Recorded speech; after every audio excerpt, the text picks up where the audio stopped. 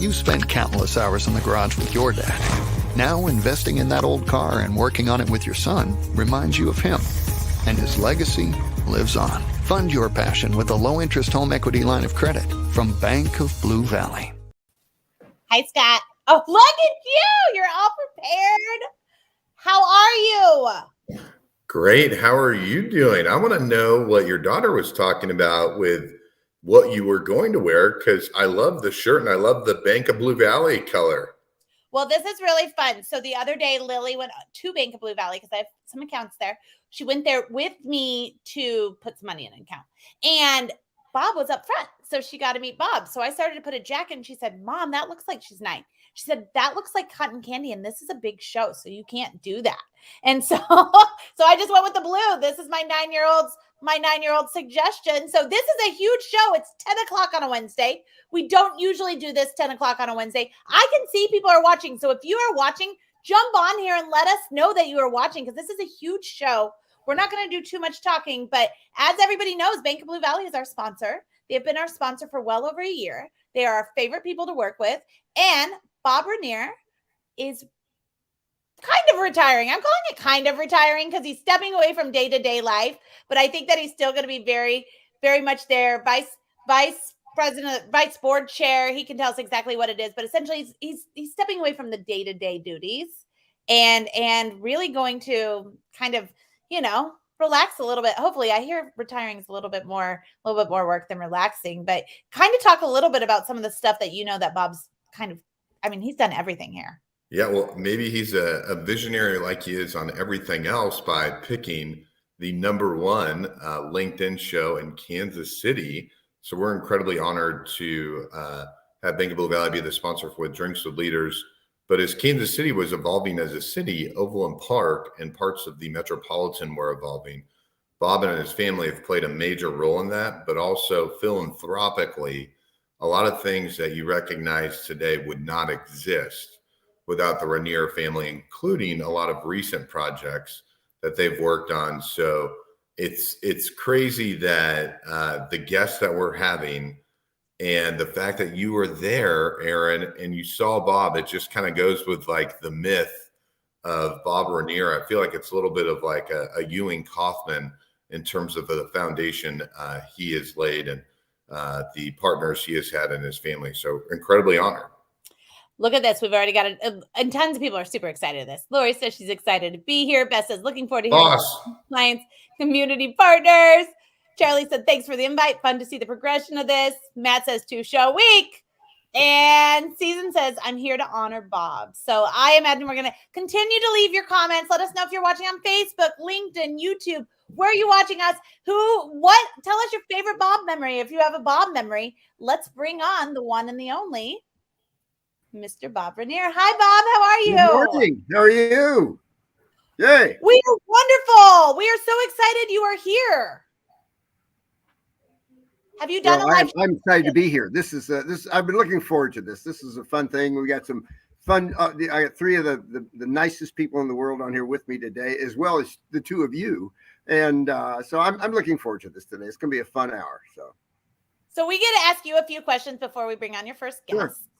So first of all, can you kind of tell us what was the whole thought process back when you started Bank of Blue Valley, and what were your goals, and how do you feel like you hit your goals? Like this many years later, where do you kind of measure your success?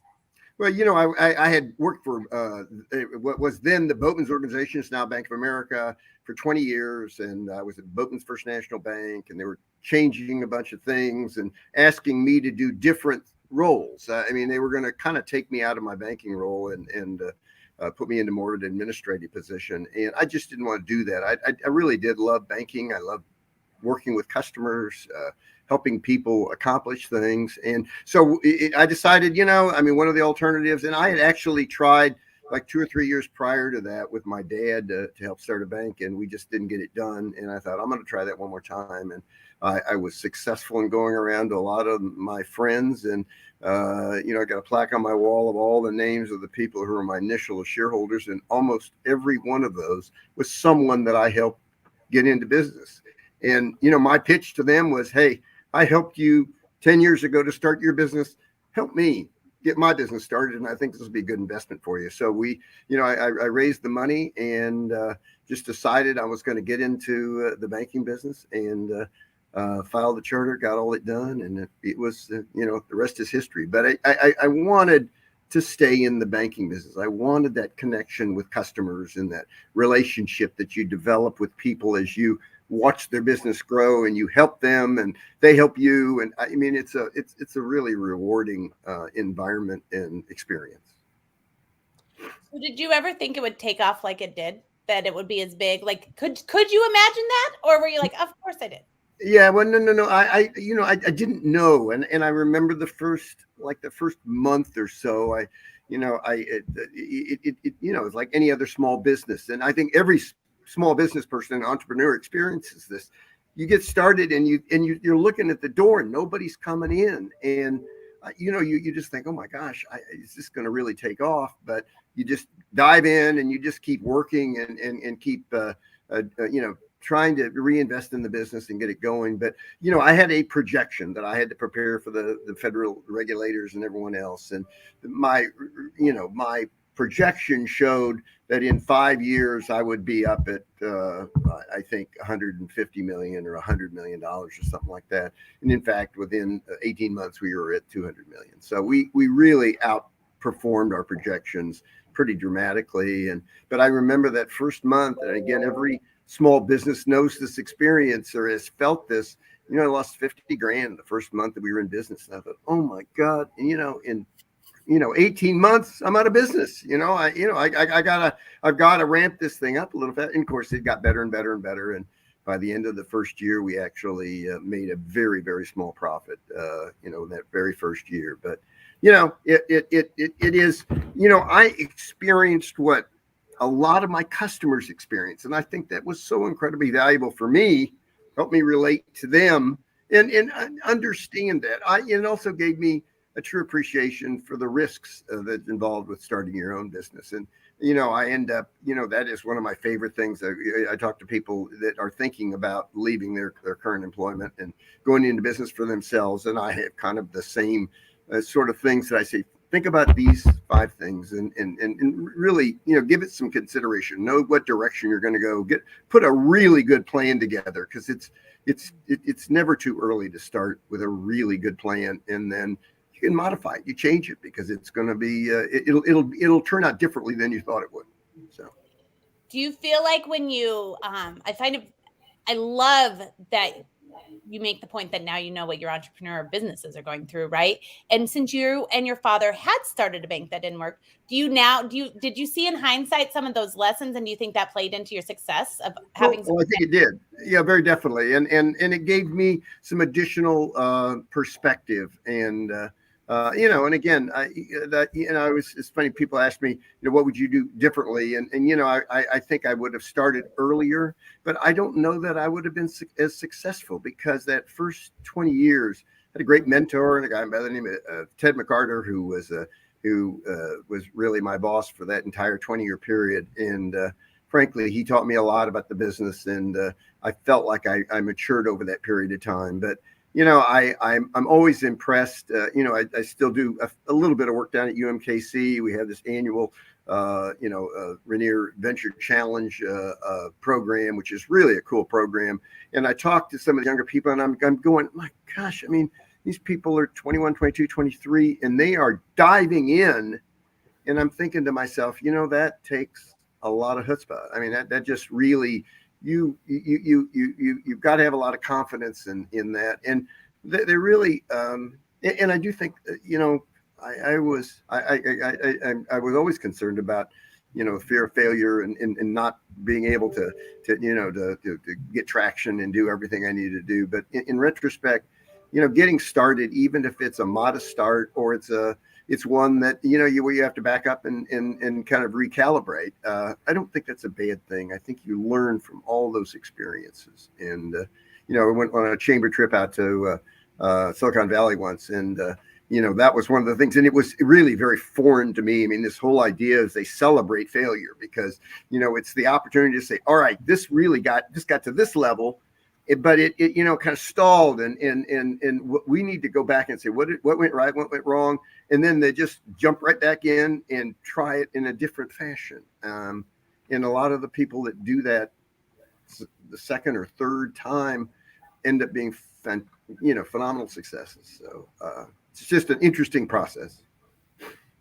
And Scott, you can kind of help me with this question because you are the Kansas City history buff.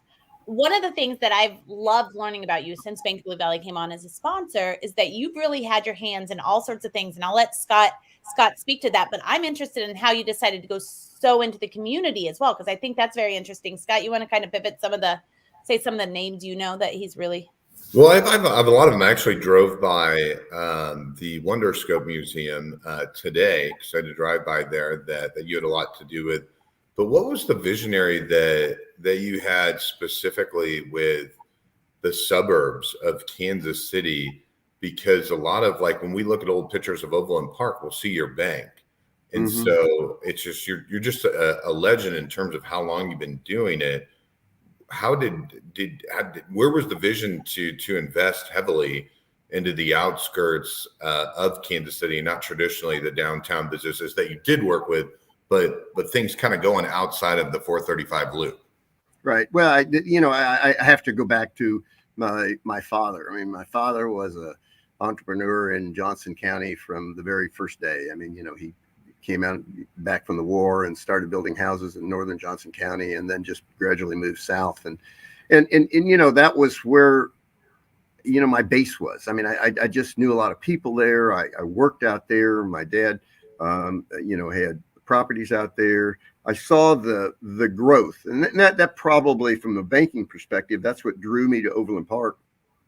Is that I just looked out there and I thought, oh my gosh, this whole area south of 435, and of course all of us now are just it's just commonplace. But there was a point in time when 435 was kind of the dividing line. Everything south of 435 was pretty empty, and there were a few houses and there were spots here and there. But I just saw the growth, and then I can remember thinking I need to be on a good intersection or a good cross section. And I looked at 119th Street and I saw that intersection of 119th and Metcalf, and it actually has 5 corners because of the fact that Metcalf and 169 split off there. And I just thought, and at that point in time, I mean, it comes to intersection, and I mean, there's buildings everywhere. There was nothing on that corner, nothing. It was just raw ground all the way around. Matter of fact, there was a trailer across the way, and someplace I've got a video because I got on top of that trailer and I just took a video of a circular all the way around, and there just wasn't anything in that area. But I just saw the potential there, and I just felt. And then my kids were going to. I lived at that point in time right on the very northern edge, right against 435, and on the south side. And my kids were going to Blue Valley, and I just knew that all of that was going to just explode over the years. And I just felt like this was a great place to start a business. I feel like everyone wishes they would have thought of what you did. So that's the vision that you have. That's amazing.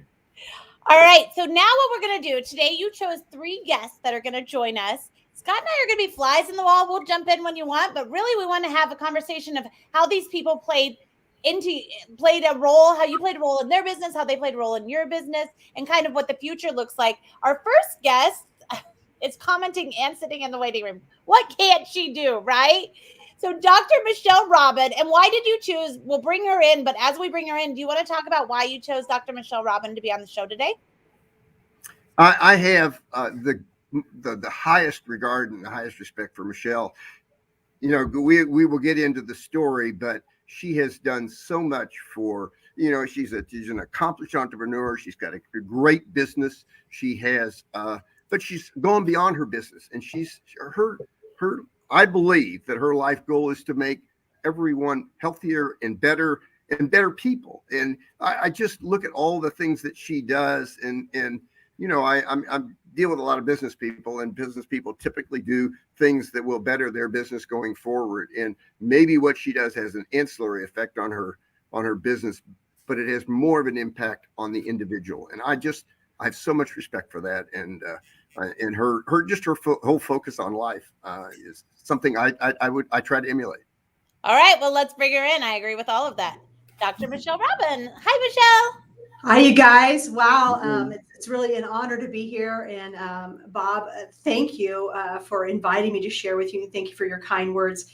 I'm probably a banker's nightmare because I tend to invest in this vision and this calling that's deep in my soul, that we need to really need to go upstream and figure out why people are falling in, whether it's depression, anxiety, hate crimes, diabetes, heart disease. And I want to say thank you to you for being my first banker to really, and I remember that trailer. I did too. I remember walking that trailer in January of 1992, hard to believe, 30 years ago. And I'd been to some other banks, and you really, what I loved about you, Bob, is you listened, and you actually were attentive and caring. And I think you were studying me, just how I was interacting. So anyhow, I want to say I'm honored to be able to share in your legacy in Kansas City. Well, it was, that loan that I made to you was a great investment. And and you've heard me tell this story before, but when we were sitting there talking, from a strictly economic financial perspective, it was an okay loan, but it wasn't a great loan. And then you had just, I think you just gotten your degree or in the process of getting your degree from Cleveland. And, I looked at your personal statement, and boy, she had all these student loans. And I thought, oh my God, this woman, she has a uphill battle in her life. And I thought, I'm just not so sure that I should do this. And you said at the time, and she said, Bob, thank you for the time. I appreciate you, and I appreciate you giving this, thoughtful consideration. And I had told you, I said, well, let me think about it. I'll get back to you. And she said, if you're not going to do this, tell me now, because I'm going to get this done. If you don't do it, somebody's going to do it. And I want that, I would appreciate you giving me the courtesy of saying no now, as opposed to saying no, a day or two or a week later. And I'm just sitting there thinking to myself, wow, I mean, this woman has got, the determination that it takes to be successful in a small business. And then, she was starting her own small clinic. And I just thought to myself, that is the added factor that I think could make her successful. And I said, I'm going to take a risk on this, because I think this, and it was just that that discussion and that interaction that we had, that I thought, there's a certain element. And I think, I've been doing this for 50 years. I can see it in some people sometimes, and it was in you that day. And obviously, time has proven that intuition on my part was right, because you just took that and then you never looked back. You just kept going forward from that point forward. So, and growing, expanding, and accomplishing what you talked about at that point in time was trying to make, looking not only for the from a health perspective, but the whole person perspective. And you talked about that from day one. So your vision and your focus was really good and was well developed at the very beginning. So all you did was take that and implement it and make it better. Well, Bob, I really I don't remember saying some of those things. I was 25 years old and probably shaking and thinking, oh my gosh, what am I even thinking about? And you're right. I had $100,000+ worth of student loan debt. But everybody needs somebody to believe in them. And Bob, I want to share with you something that, as I'm thinking about our time together this morning, if you don't mind, and this is my host coming out, Aaron and Scott, so you guys can kick me off the show. But I think about LTRs, and through my career, I've learned life is really all about relationships, and I call it lifetime relationships, Bob. And you really embody that. as my banker for 17 years. And Bob, what you do not only for me, but you showed up. I've had my 25-year my 25-year reunion, my 25-year business. You showed up for me. You're continually being a go-giver for this community. I think about what you've done with Wonderscope and being down at UMKC, giving back to those entrepreneurs. And actually, one of those entrepreneurs that you gave back to through your program is part of our facility now, Dr. Bat, who's a sleep specialist who had a different vision for sleep. He's phenomenal. And Bob, you also celebrate. I remember, Bob, you may not know this. I'm a little bit of I don't like clutter. I don't like clutter in my texts. People say, Michelle, just look back through your texts. Well, I don't keep my texts because I feel like I'm going to miss something between all the noise. But Bob, I have 2 voice messages on my phone upstairs in my office. And one of them is you. And it was in 2019 when I got the Junior Achievement honor, and you called me. And I want to tell you, if I'm feeling discouraged or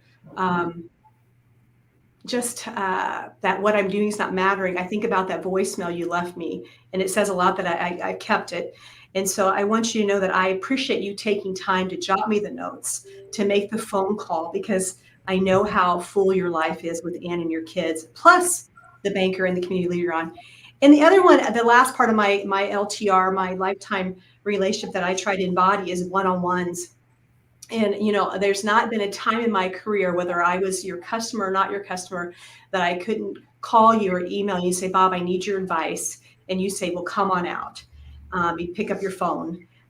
So I want to say thank you for really embodying and being an example for me what lifetime relationships look like.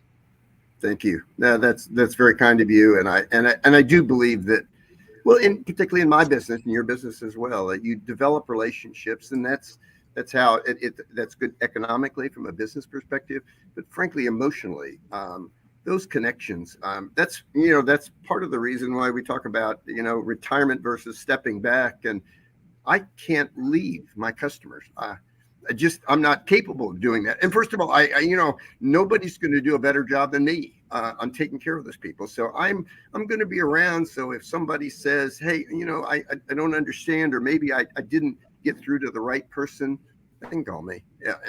And I told these guys here that I'm phone call or an email away, because this, and it's not necessarily the economic success of the bank. It is having my customers accomplish what they want to do, and having the bank help them do that. And we're capable of doing that. We're all busy people. And sometimes when we're focusing on certain goals in front of us, we sort of miss other things that are just as important and maybe more important. And I'll be around, just try to catch some of those things that might fall off the table, and, keep them going, and keep everybody working forward, and helping people expedite things that maybe are struggling getting things done.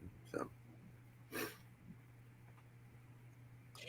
Okay, well, we were going to sit back, but you guys got quiet, so I'm going to jump in. Michelle, you said you were, so I love this about Bob's story, about how, because he said prior, we were talking in the waiting room earlier, and he said something about your determination, and you're saying, I was 25, I didn't know what I was doing. But I think there's a big lesson here, right? As in, a lot of times there's a lot of businesses that start, and to Bob's point, he said this again, 23, 24-year-olds right now starting businesses, and you're like, you have the chutzpah to do it. What do you think it was? Like, what was the connection that not only he loaned you money, because I know how you are with people, but you guys have stayed connected now. 92 was a little ways away, right? You guys have stayed connected. So what was like kind of the thing that kept that connection together on both ends, that 30 years down the line, you guys are, here we are talking about, well, I'm not really leaving, so you can still find me, right? Like, what did it take on both ends to make that relationship last for 30 years? Because I think at the end of the day, relationships are what drives business. Well, I'll take that first. And it's pretty easy if you get to hang out with Bob for any time. It's an open heart. And when you have that openness and you're just trying, we're all just fumbling through life. It's hard. It's messy. You make mistakes. As Bob said, you fail and you do it again. And Bob has watched me fail so many times trying to financially do my business. But it's just an open heart, and to say, I see you, I'm cheering you on, I've got your back the best I can. And I'm going to tell you the hard no's as well. We've had some hard no's before through our journey as well. So I think that's what all relationships are about. Because at the end of the day, I was thinking, somebody was telling me yesterday downsized their house, and they're getting rid of stuff. And I think about it, wow, the ultimate downsize is when you check out and you're done with life, right? And you're called back to the universe. So I think with Bob, it's his heart. He wears his heart on his sleeve. It's pretty obvious. Plus, he's got a great wife and Ann and great support system at home. Well, the way I look at it, and my response to that is that I think keeping that relationship, it's got to be intentional. Now I'm going to give 80% of that to Michelle. I'll take 20% of it because she has gone out of her way to continue. And I think it's for her. And I think that's part of her, her makeup is that when she has friends, they're friends forever. And she doesn't lose track of them. And I can't tell you how many times I've gotten a voice message from Michelle saying, I'm thinking about you. I hope you're doing well. God bless you. And those are just things that you think, wow. But the other side of it is, and Michelle brought that out. It's that receptiveness. I mean, being receptive to comments, to connection and all of that. I think that, there are other people out there that I've dealt with that, you try to reach out and connect with them and you don't really feel that reciprocal relationship. And, I've always tried to be, but whenever Michelle reaches out, I think, wow, that's a special person. That's somebody that I want to stay in my life for the rest of my life. So, and that is going to be the case. Michelle and I will never part. We'll always be friends. I love it. All right. Well, Michelle, thank you so much for joining us.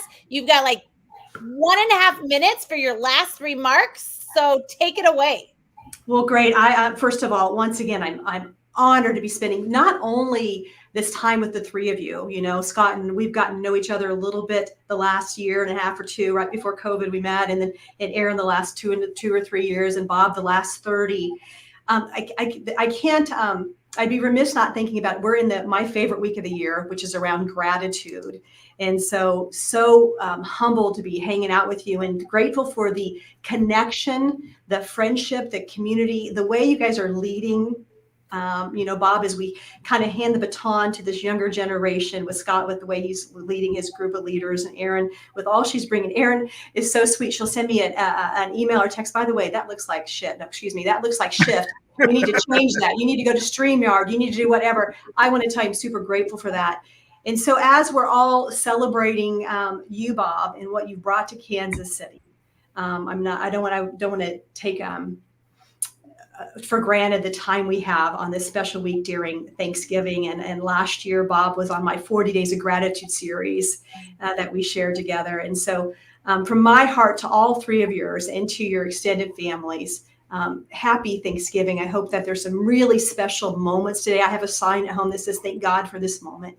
And I will remember this moment forever with you, Bob, celebrating you as you move to the sidelines just a little bit for the next season of your life. Thank you, Michelle. I love you. And I look forward to, our connection for a long, long time. Awesome. Thanks, Michelle. I'm sure I'll be texting you later. All right. Bye, you guys. Bye. All right. Well, she's amazing, right? Amazing. She is amazing. Again, one of those unique people that is one of those little stars of Kansas City. I mean, there's a lot of them in Kansas City. She is unique, and she's very special to me, and she's special to a lot of people, actually, because she cares about many, many, many people. So cool person. I love it. As our next guest gets ready, I'm going to have you introduce him here in just a second. I wanted to pull up some of these comments so you could see how many people are so excited to see you today. Great visionary. Congrats, Bob. Greetings from Cairo. So I love that. We don't know who this is, but it was such a great, this is when they have their privacy settings, but it said, wouldn't miss the show. What a great career and legacy that Bob leaves behind. Bob's entrepreneurial comments are insightful and inspiring. Good stuff. Steve says, so many amazing memories from my 17 years plus working for Bob. I am a better banker, but more importantly, a better person because of our relationship. Jackie says, great job, guys. Tracy says, thanks for sharing failures and no's because it all looks so easy from the outside and no one else will ever know your path to success. Beth says, she is amazing. Love hearing those stories. And I've often sought out how KC built the entrepreneurial ecosystem they have. It's amazing. Now I see the how. So, okay, I'm trying not to cry, Rob. You weren't supposed to cry today. Yeah, I'm an emotional guy, and I'm got a little moisture there myself. So. Okay, well, keep leaving your comments of love over here, and we will keep pulling them up. I am going to let you introduce our next guest, and the main reason is because I don't know how to say his last name, but I'm sure you've got a ton of stories. It's my first time meeting him. So introduce our next guest, and then I'll bring him in. All right, George Guastello.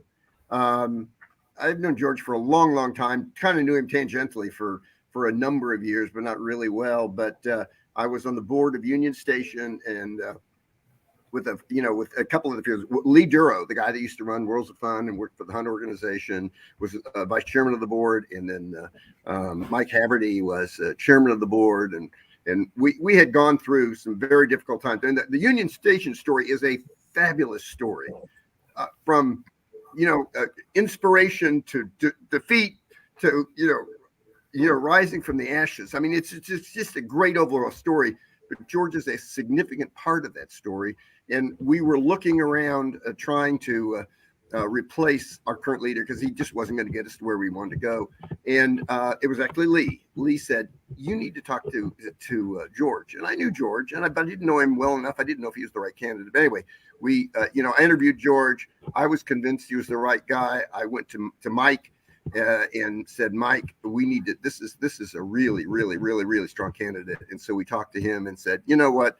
We're gonna jump into it." At that time, he was head of the, or he was at the American Royal and heading that up, and so had great. But his leadership of Union Station from, I think it was about 2008, 2007, somewhere in that time frame, to now has been nothing short of phenomenal. He is just he's a great philanthropist. He's a great business person. He's a guy that understands the magic part of doing things. I mean, you can kind of execute things, but when you go into an experience at Union Station, part of it is is the emotional part of the way it's put together and how it's executed and how it's presented. He's got that in his DNA. He's just such a great guy, and I've enjoyed working with him, and I'm so proud of what he's accomplished at Union Station. So he's a great guy, and I continue to work with him. I continue to be on the board, and he's a good human being, and I'm really, really happy he agreed to join us today. Okay, let's bring him in. Hi, George. How are you? How are you? Thank you, Bob. That was so sweet of you. Wow. I'm sending a check. Wherever, yeah, send a check for something. I don't know, somewhere, someplace, All right, it's your favorite donation. Thank you. So, George, will you talk to us a little bit about your memories with Bob and kind of some of your experiences with Bob? This is really a great moment to be able to just share my emotions with a great mentor. Bob and I go back 30 some odd years at the Chamber. And all those activities. And I always believe that when we were at the Chamber and you'd have individuals to sit at the board table at the Chamber of Commerce, and people would say, you'd learn about people willing to spend huge amounts of money to have lunch with Warren Buffett. And I used to think how lucky I was to be in a room with these people, and I didn't have to pay a nickel for it. You just got a chance to be a sponge. So Bob talked a little bit about Union Station and the opportunity, but to really look at Bob and look at the social entrepreneur that he was and he is, and his handprint on so many things. One of my favorite stories, we're in his room. That office is when you have an opportunity to have a mentor and you have an opportunity to go into an office and talk to a mentor, that is the social entrepreneur office in this community. When you sit at that round table and you have a chance to talk to Bob and look all around that room and see everything that he ever has, ever touched, is really a moment. And I've been in that room before when he gave me the opportunity to come here. Bob talked about he and Mike Haverty were chairman and vice chairman of Union Station when they gave me the opportunity of a lifetime. And to watch those two be able to watch, Mike Haverty said Union Station was in a serious financial trouble. You know, we were $40 million, had lost $40 million in our endowment. We were $10 million in debt. I don't really know why I said yes, except Bob gave me some intravenous drugs in that room, and I accepted the offer. So it was great. It's better than CBD. But Haverty said this thing isn't going down on my watch under his clock. And he was the chairman. And Mike Haverty is the toughest, most determined, most challenged guy, and most faith-filled, and one of the greatest people you ever want. But he's mean, man, and he's going to make sure it happens. He's a railroad guy. But I was always in the room with Bob, who's the vice chairman, and I always referred to him as Mother Teresa. You know, so Haverty's beating you up, and Regnier's saying, "Isn't that special? That's so wonderful." He makes you feel like $1 million. But under Bob's watch, he was our chairman for nearly 6 years after the station was stabilized. The station took off under Bob, and we had the largest recreation and the change up of the station in our history since the bi-state. Everything that he touched under his watch changed. Not only did we able to celebrate the 100th anniversary, but we changed the format of the way that you entered the station. We created it. And it's all because of Bob, because when we were in that room together, when he was asking, what can we do to the station? He had the vision. He knew it could be the visual voice of our community. And he inspires and he makes you feel $1 million, but most importantly, he makes you feel that you can do it. And that is the greatest gift that anybody could give him, is to say, you can do this and I'll be there with you as we fly. And we've had a hell of a time flying for the last almost 15 years. No, it is. And George, unfortunately, was not understating the problem. I mean, I don't know that I dwelled on the problems that we had, but they were numerous. And at the time that he was hired, but what it took, and again, this is instructive about entrepreneurship or anything. I mean, effectively, he was starting a new business. I mean, there was a big thing there, but frankly, he had this huge liability on the one side, and a decent asset, but one that was not generating any cash. And George just said, first of all, we have to make it run right, and he did that, and he did all the little things that made sure that the experience that people had when they walked in Union Station was a good experience. And then he thought, okay, where are there incremental, income opportunities? And we started talking about it. And we needed, at that point in time, we were early in the stages of trying to bring the chamber and the EDC down there. And both Mike and I got involved with going back to the chamber and saying, this is where Kansas City intersects, is right at Union Station. And we really need, having the chamber and EDC there would really, really put us on the map. And so that was a big step. But then, all the little things that we had, I mean, we had several really tremendous exhibits before George, and they had great attendance, but we didn't make any money. That doesn't happen under George. When we have a good exhibit,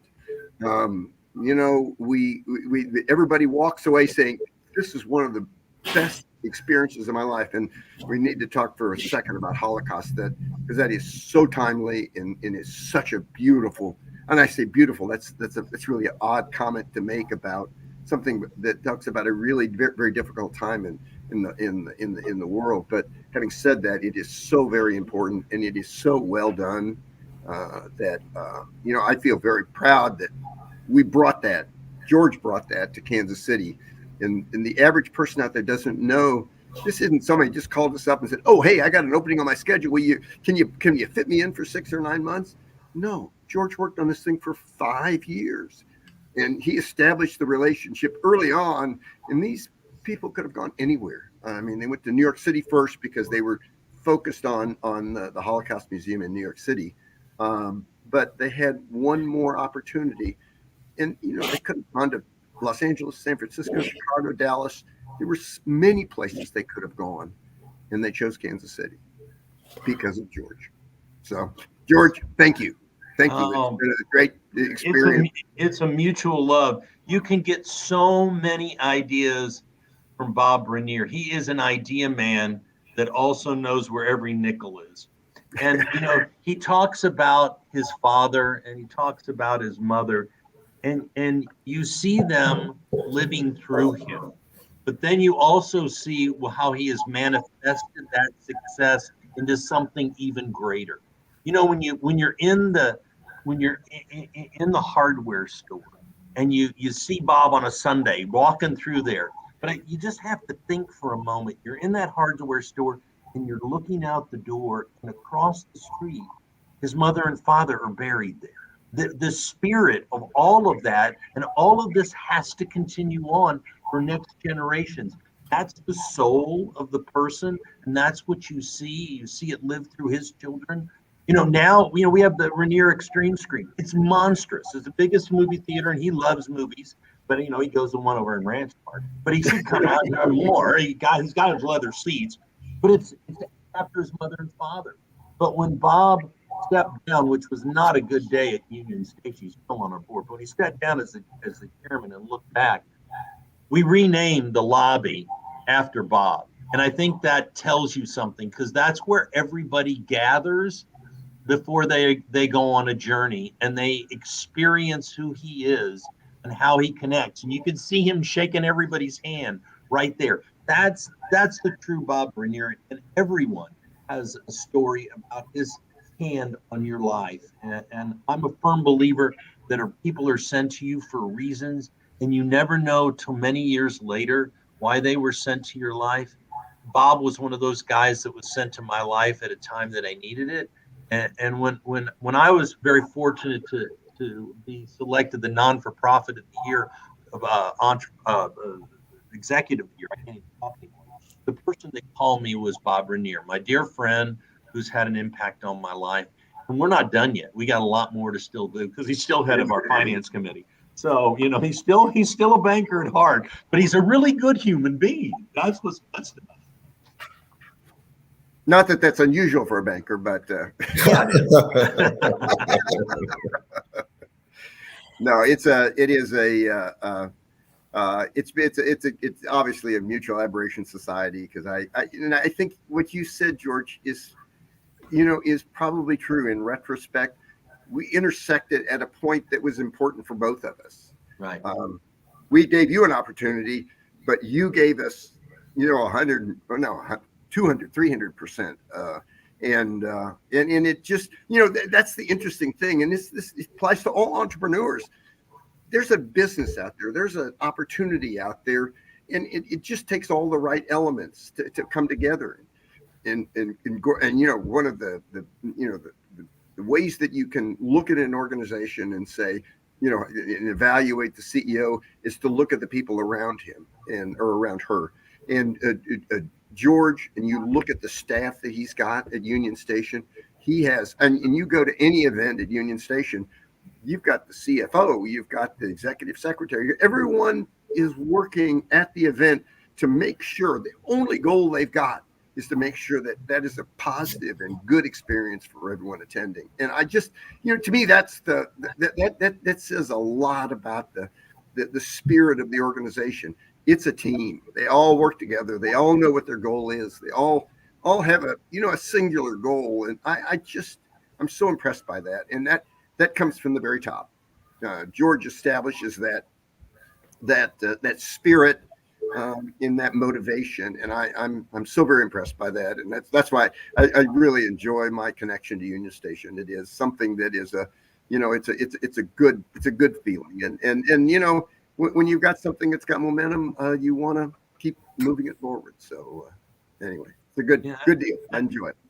And I would say, Bob, thank you for that. The key here, Bob, as I said, is a great social entrepreneur in this section, but it's because when we do something, we always say to ourselves, next year we'll look at it and say, what were we thinking?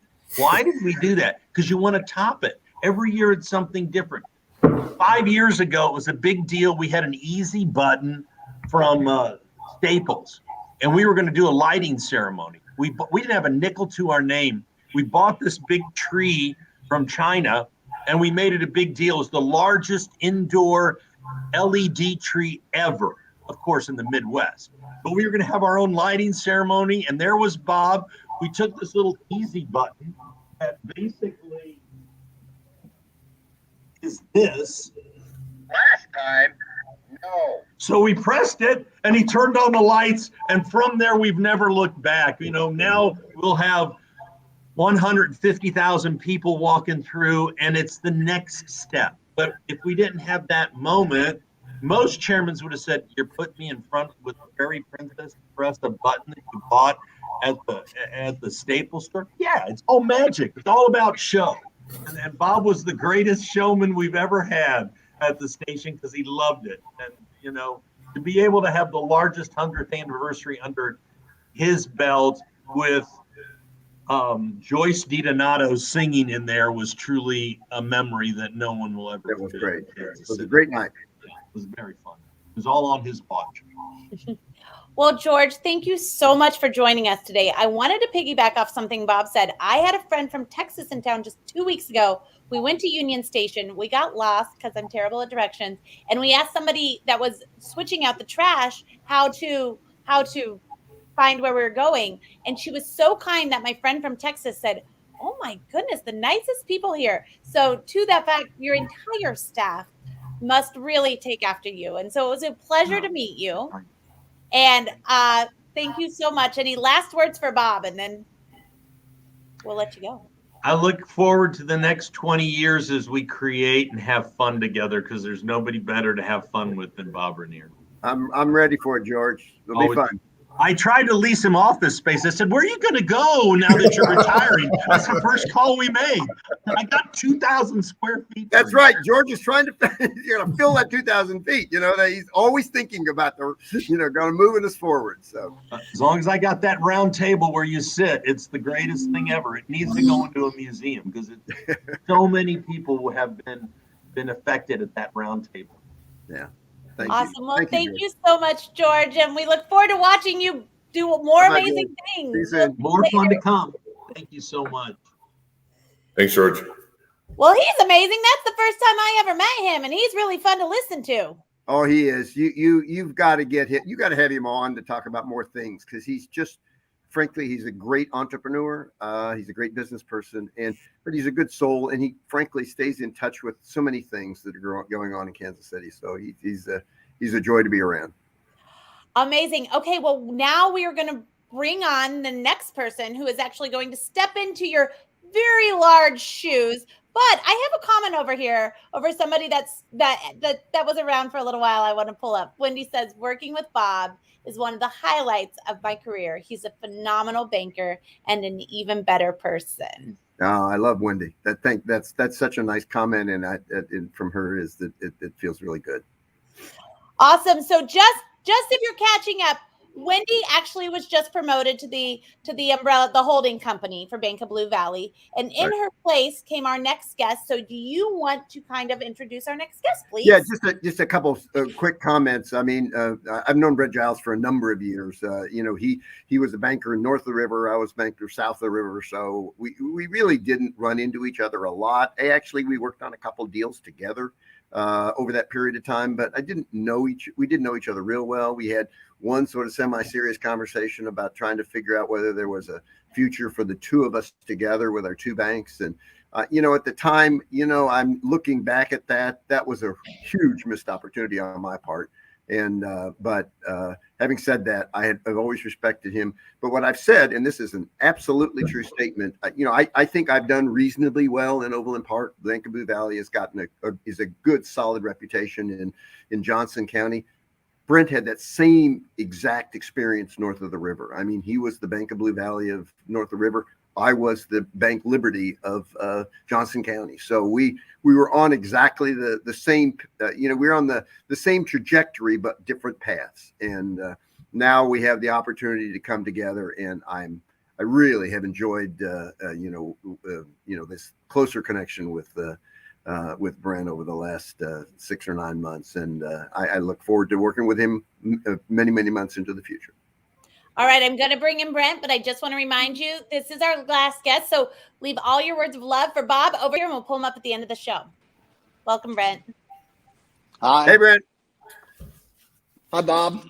I'm down How you here doing? scouting out Florida. I'm scouting out Florida for you. So when you Good. Hey, yeah, you got retire to here, find the good places for me. Smart move. And you and Scott are Yeah. matching.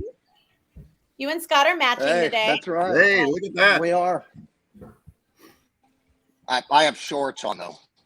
Good to know. That's awesome. So Brent, can you kind of speak? Oh, it's so hard. I'm sorry. It's just so hard to kind of clean up here and go third after those two previous guests. Oh my God, you guys should have had the boring banker on at the beginning of the show. I just don't have that. But So you great to hear stories from George about Bob. Go ahead, Aaron.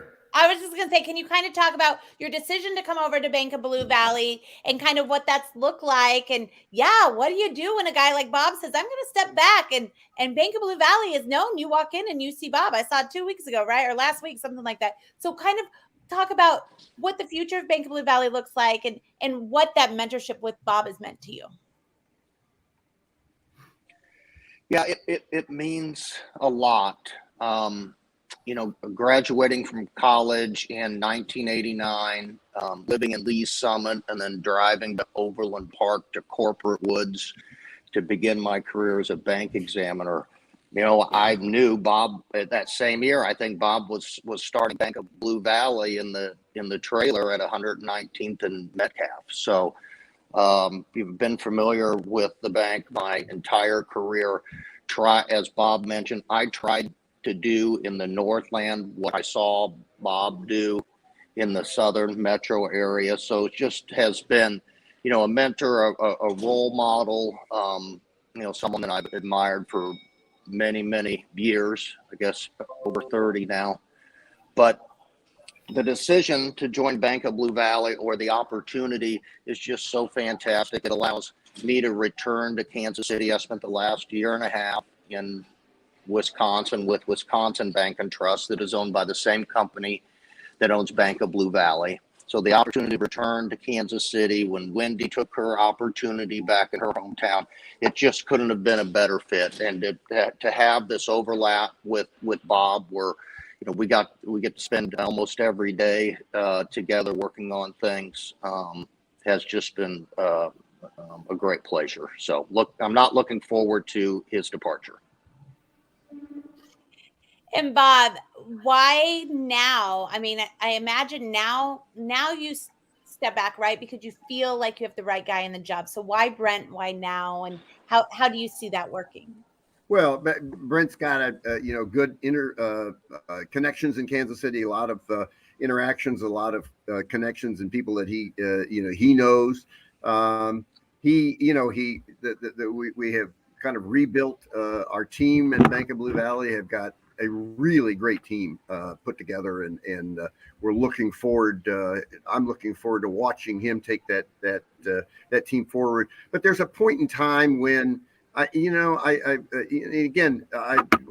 try to stay out of Brent's way, because frankly he's such a great leader. But there's a point in time when I want to be helpful, but I don't want to be cumbersome within the organization. And so I decided that really what it makes sense is that for me to kind of step back, frankly, for the last at least 6 months, he has been pretty much running the organization and helped directing it, its direction going forward. But this is kind of takes me out of that equation a little bit, because frankly, he is the kind of person that is always, even when it's not necessary at all, frankly, he always comes and says, "Hey, I'm thinking about doing this. Does this make sense to you?" And his decisions are first rate. So I've never contracted him. I try to provide suggestions whenever I can, but there's a point in time when really the future of the bank is really going to be in his hands. And I've got to make sure that is recognized by everyone. And in a way, and again, I don't like to suggest this, but my shadow kind of gets in the way sometimes. And I just don't want that to impede his ability to take the bank to even better, bigger and better heights. And like I said before, I'm always a phone call away. If he needs me for anything, I am more than willing to step back in and I will, I'll be engaged in making suggestions as appropriate. But frankly, he's got a great team, and I'm very much looking forward to, where the organization goes in the next weeks and months and years ahead. Ready, Yeah, Brent? Go ahead. Go ahead, Scott. I was just gonna say, Brent, to Brent's point, you ready? Yeah, the one thing I want to know is, you guys have known each other for 30 years. One thing I admire about Erin is her work ethic. What is something that, and Bob, we'll go first. What's something that you admire about Brent, and then Brent, what is something you admire about Bob? One of the things that Brent has that I don't have, and again, I always look for those things, but frankly, he's great at prioritizing things. He's great at saying, all right, of all the things, and believe me, both of us have more things that we need to do than what we can do in a daily basis. But that's a success in life, is being able to prioritize those things. He understands kind of where the building blocks are, and he works on the building blocks in an appropriate way. And he's always focused on the most important things. And too many of us, and believe me, the people listening today, if you do this, stop doing it today. When you got that list of 10 things, don't pick the easiest one to do. Pick the most important one to do, because that is what will take you ahead in life. And I have a failing there, because it's hard for me to do that. But that's what I admire about Brent. He's a very strategic guy. He knows what direction we're going to go. So I think he will take this organization forward in a very, very fine way. Brent? Well, there's quite a few things I admire about Bob, but certainly some things that have come to the forefront here in the last 6 or 7 months, and that's his relationship with employees, his commitment to the community, how he his entrepreneurism and support of entrepreneurs, his willingness to help the smallest business owner get started, his willingness to just sit in his office with the glass door and talk to everybody that comes in the lobby, where, as he said about me, I've got my door shut and I'm prioritizing, right? So it's just, we're a little different. We're a little different people, but I just admire that about the long-term relationships that he's built with the community. We heard from some of those people today. They're so strong. There's such the strong relationship with the clients I've gotten to meet. It's the most amazing thing that I've seen. So that's what I admire the most. Amazing. And that's what I don't have, and wish I had more of. Well, it seems like you got a good mentor to learn it from, right? Well, I think that we will continue to work with each other, because I respect and I admire and I am confident in his leadership, and anywhere I can kind of fill in and help out, I'm going to do. So amazing. Well, we're going to let you get back to the beach. Hopefully you're near a beach somewhere. You're a genius. All right, Brent, thank you so much for joining us. Have a wonderful Thanksgiving. Thank you. All right, Bob, we're not going to let you go until I pull up a couple more comments, okay? First of all, Elizabeth says, learning so much of Kansas City history, Bob's unwavering vision of mentorship and giving heart is so inspiring. Thank you, Bob, for giving so much of yourself. Hashtag heart of gold. I heard someone say the other day, that might be a hashtag to you, but it's still a pound sign to me. So hashtag heart of gold. Jared, I'm sorry we're covering your face. I'll read this fast. Working for Bob the last 13 years has been a blessing, not only to me, but many other people he has come in contact with. He is a great man and has always treated me with respect and has been a driving force in my life. Thank you, Bob, for all you have done for me. They love you. So we've got like 2 minutes left. What are the last things that everybody should know, and last parting words, I guess? No, we've covered a lot of ground. One of the things, and it's interesting because people have always said, well, what are you going to do on January 3rd? And I got lots of things that all that list that I haven't done that my wife wants me to do, I'll start on those for sure. But having said that, one of the things that that we did at Bank of Blue Valley, and what I'm going to continue to do, we always had a focus on housing, and one of the things as a banker, we have a very strong CRA commitment. That's Community Reinvestment Act commitment. It's a legal responsibility, but we took it seriously, and through that effort, which I got intimately involved in, I've gotten to know some people in that community. So I'm going to continue to get involved with affordable housing and entry level owner occupied occupancy, and as you get, as you can see the runway, I can see the end of the runway from where I'm at. So it's not like I've got the rest of my life here. I've got a short period of time in order to do some things, and I want to focus it on things that I can look back and see permanent changes in that. And that's one of the things I'm working on. So I'm excited about that. Is maybe another thing. I may find that it's way over my head and I'm not capable of doing that, but I'm going to give that a swing, because I know I've met over the last couple of years some really great people in that little subsector, and I want to see if there's a way that I can be helpful in that area. So I love that. Any last words, Scott? Any last questions? No, that's amazing. I look at Terry Dunn, and I look at Peter Maluk and the late Ewing Kaufman, and I think people are going to think of Bob Regnier in the same way, of just wanting to say that they met you. And when you think about what you want to do the rest of your life, you can answer that in any way you want. But the fact that you're deciding to focus on your community, I think, speaks the world about you. So it's an honor to have you on the show and have you support the show, and also a lot of the young entrepreneurs that we have on making changes in the community. Well, thank you, and we appreciate you. I mean, you are our connection into kind of the younger and the entrepreneurial, part of our the business sector, and so we appreciate your connection to Bank of Blue Valley.